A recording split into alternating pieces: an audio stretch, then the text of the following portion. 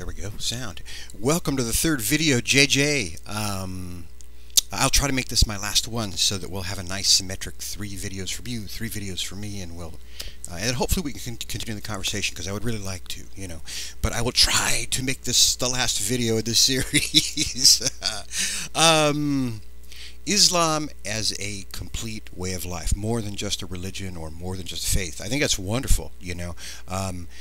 As I said before, atheism has nothing to offer like that, and free thinking has nothing to offer like that either. You had mentioned Muhammad, peace be upon him.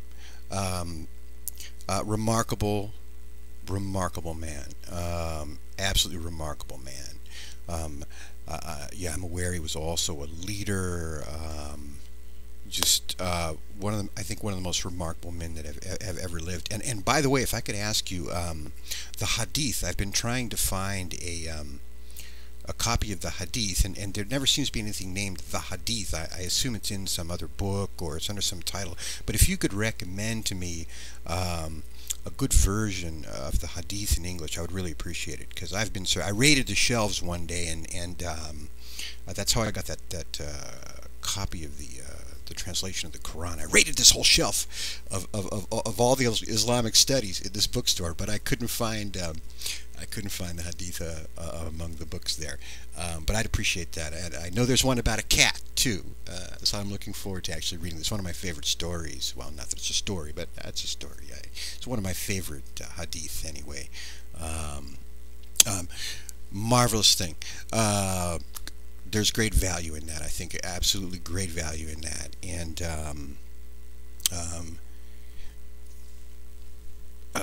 can't match that. Sorry, can't match it. I'll grant you that. Can't match that. You know. What else, so that I don't burn this up? Yeah, mercy. You know, it's interesting, mercy, because I always maintain that we are just like the animals. The animals are just like us, you know. But mercy, I don't know. I don't want to say it's.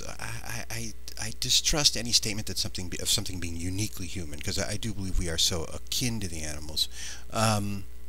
But it's certainly emphasized in human nature. I know what it feels like. I don't feel it. I don't feel God, really, is what it comes down to. I just don't. You know, Brain Outie, Christian, a friend of mine, marvelous, has a great video called Detecting God. I think it's a real great way to approach it. Instead of people being so concerned about proving or disproving the existence of God and using all this logic, really break it down to detection, you know. Ties in with what you're saying about, you know, feeling, sensing God, or an aspect of God.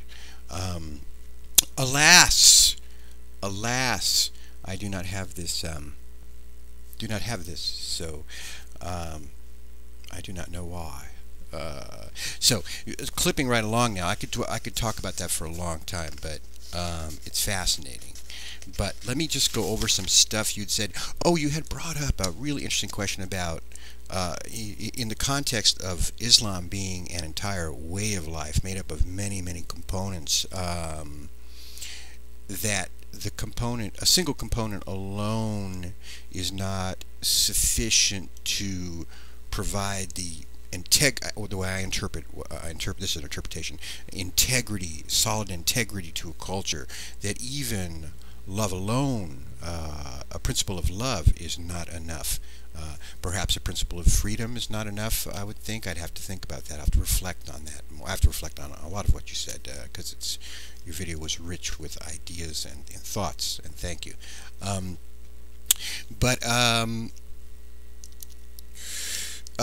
And you had brought up the fact of, you know, why didn't Jesus' disciples, why didn't they save the man? Why didn't they put their personal concerns for their own personal safety aside and risk it and try to save the man?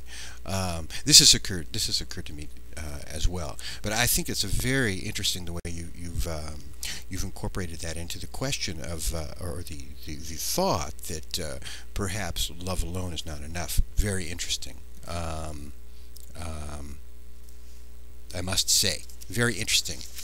I am going to go zip through notes here. I apologize, but I have all these notes.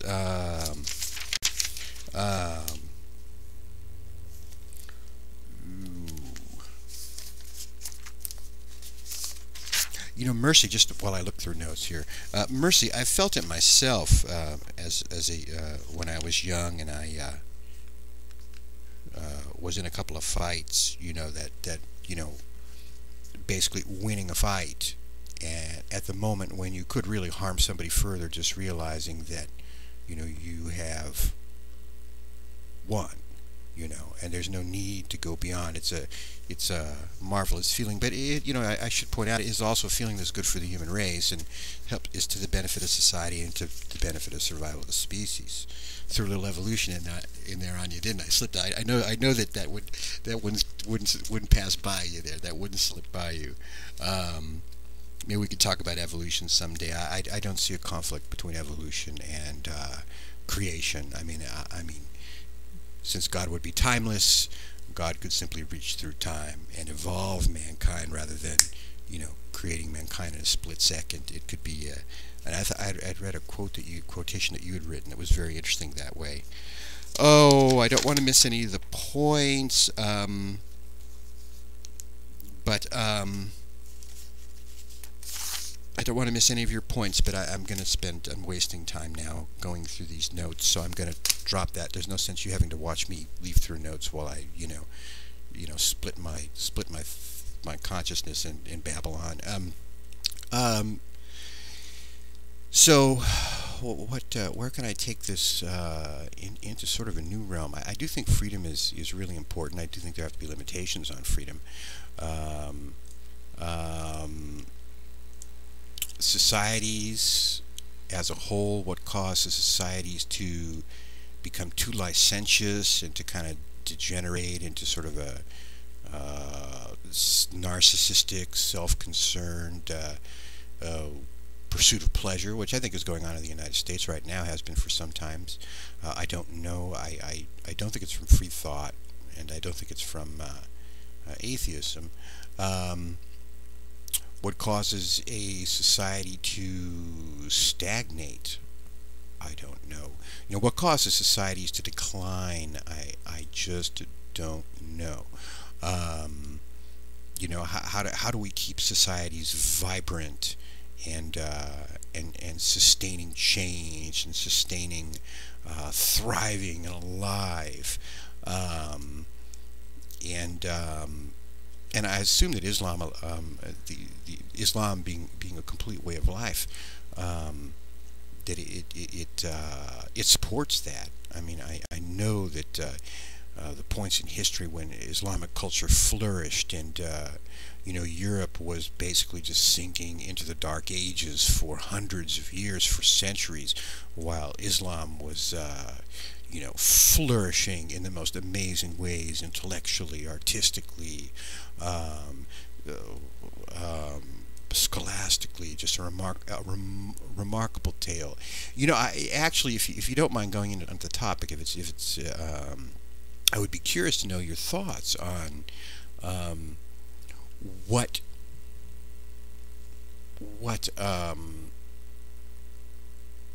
is it that keeps a society thriving in that regard, going through basically, well, I'll use the European term Renaissance. I mean, flourishing is really the best.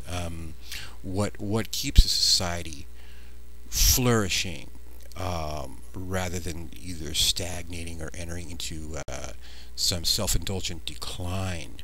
I'd be interested to know what your thoughts are. I'll think about it too, and if you want to exchange thoughts on that, would be great, or not, as you wish. As you wish. And other than that, thank you very much for the conversation. I'm enjoying it very much, and I find it very intriguing, and I appreciate your sharing with me your understanding of Islam. And I look forward to more conversations, my friend. Listen, you take care, and I will hopefully talk to you soon. Bye-bye.